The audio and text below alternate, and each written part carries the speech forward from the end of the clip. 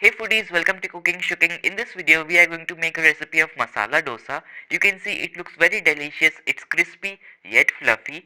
We are not going to make a crunchy cardboard like dosa. It's going to be super tasty and easy to make once you see this video. I'm going to share lots of tips and tricks with you guys today. So let's begin.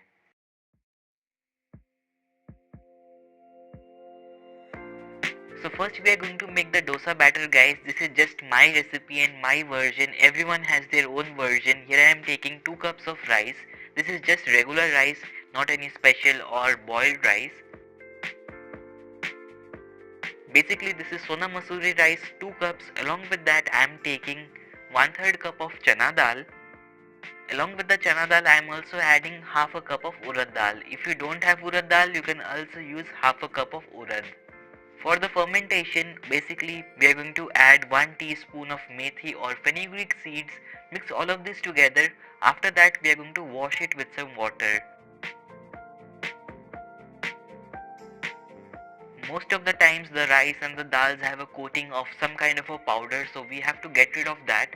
So we are going to mix it really well with some water, get rid of that, wash it 2 or 3 more times or until the water is clear. After the water is clear, we are going to soak it for about 4 to 5 hours. Just add some fresh water right now, drinking water, and let it soak for about 5 hours. After 5 hours, what we are going to do is make a batter. So here I have a grinding jar. In this I am adding the dal and the rice. We are going to use this water, please don't throw it away. So for grinding the batter I am taking the same water in which we soak the dals and the rice because that will aid in fermentation. So just take a little bit of that water and then grind this to a paste. Most of us don't have wet grinders, we have this blender jar at home, that is why I am using this. Even I don't have a wet grinder because the options are very limited. We don't make idlis every day guys. So one con of this is that this will get hot, so you have to grind this in short bursts. We don't want the batter to get hot. As you can see, I have made a batter out of this. We want a slightly grainy batter for the dosas. Don't make it too fine, otherwise your dosas won't be very nice. So after the batter is ready, we are going to transfer it to a metal bowl. So this is the first batch guys. I am going to grind the second batch right now.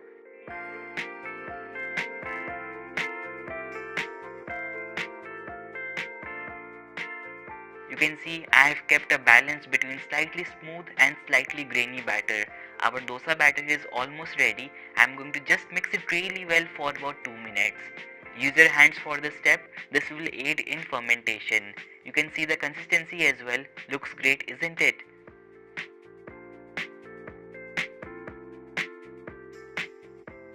So our batter is looking much more fluffier and nicer. Now we are going to keep it for fermentation. Hyderabad is not very cold. You can use any blanket or any shawl.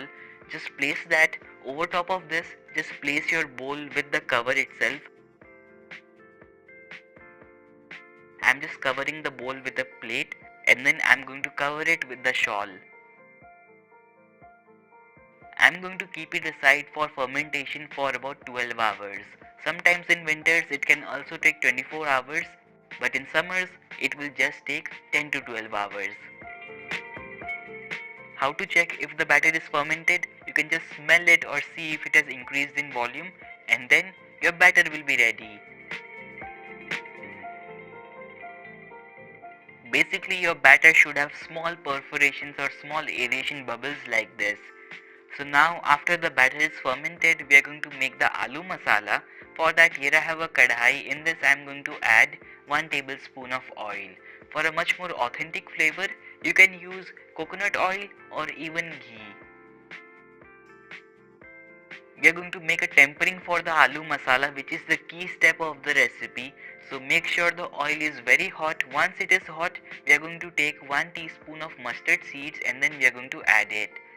Mustard seeds should splutter. If they don't splutter, then you have to start again.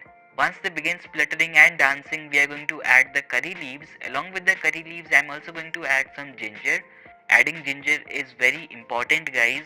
Along with that, I'm also going to add 2 or 3 green chilies which are roughly chopped and 2 onions which are sliced. It can be rough guys, you don't have to chop it very fine. I'm also going to add a little bit of turmeric powder and then we are going to begin cooking it. We just have to cook it for about 1 or 2 minutes. You don't have to cook it too much. So as you can see, the onions are looking cooked and they are looking nice. Now we are going to add the potatoes to it. Here I am taking 5 boiled and peeled potatoes. I have just cut it into smaller size. You can also mash it and then use it. I'm also going to add about 1 teaspoon of red chili powder, salt as per taste, and about 1 good tablespoon of chopped coriander. This will bring a very nice fresh flavor. Now we are going to cook it really well. If the kadhai is moving, you can hold the kadhai with one hand and then keep mixing it with the other. So what is happening right now is that the aloo is sticking to my kadhai. This will happen with you as well. What we can do is you can add a little bit of water to it and then you can start mixing it really well. Basically we are deglazing the aloo. After that, what you can do is you can take a potato masher or any spoon and then mash the potatoes. We just want to bring a binding in the potatoes, you don't have to mash it too much. One should be able to see the potato chunks, remember that. That's how I like it guys. If you want to make it in my style, you can follow that step, otherwise it's your choice. Our potato mixture or our potato masala is almost ready. Why am I saying almost? It's ready guys. I'm turning off the flame now and I'm going to keep it aside. So we'll get back to the dosa batter. As you can see, it has fermented well for about 12 hours. I am removing the plate and you can even see the condensation in the plate. And you can see the batter right now. It is looking very fluffy and there are small bubbles as well. What we are going to do now is mix it really well. Be careful. We don't want to get rid of all that aeration. Looks amazing, isn't it?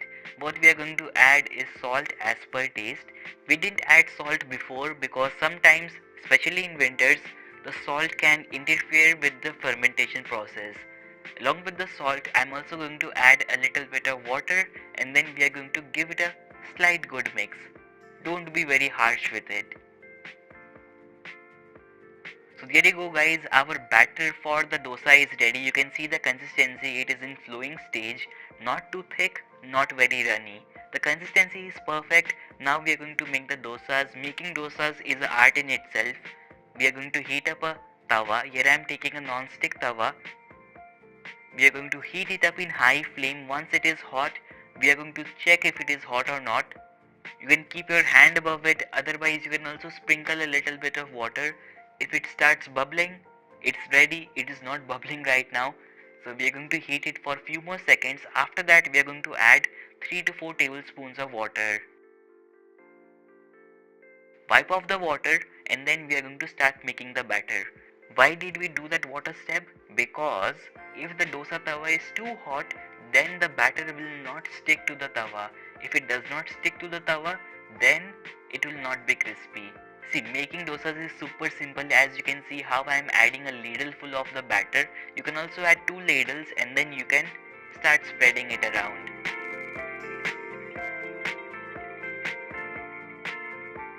Just go in one circle and then you will have the perfect dosa look. So to begin with, we are going to keep the flame high so that we can get rid of all that extra moisture. If you want to make a much more thinner dosa, then you can scrape off that excess batter. Once the batter dries out, then we are going to add about 1 to 2 teaspoons of oil and then we are going to lower the flame a little bit and then cook it until it is golden. If you cook it in high flame, then you will get a soft and crispy dosa. If you cook it in low flame, then you will get a crispy dosa.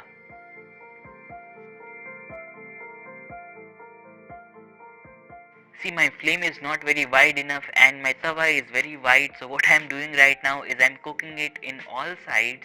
Once I see golden edges, that's when I will place the potato mixture. You can be as generous as you want to be right now and then you can fold the dosas or roll it as per your preference. By the way, if you want to see how to make Mysore masala dosa, then do let me know. Smearing a red chutney on top of a dosa like this does not make it a Mysore masala dosa, guys. I've been there, I've tasted the Mysore masala dosa. It's much more different. For now, you can see how it looks so amazing. It's ready to eat right now. I'm going to show you one more dosa.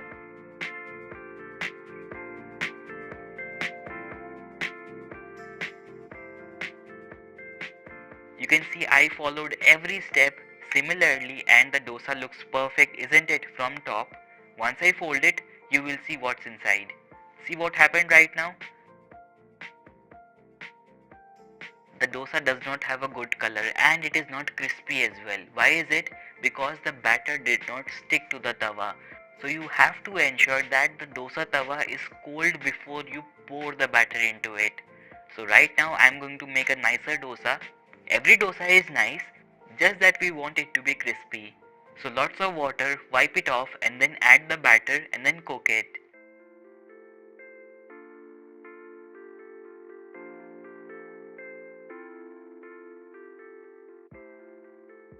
Now, this looks perfect, isn't it? Our dosa is ready, looks super crispy from out and it is, guys. Now we are going to serve it. It's perfect with some sambar and some coconut chutney. So there you go, guys, that was my dosa recipe and it is perfect with some Szechuan chutney as well. I'm not kidding. This is my homemade Szechuan chutney.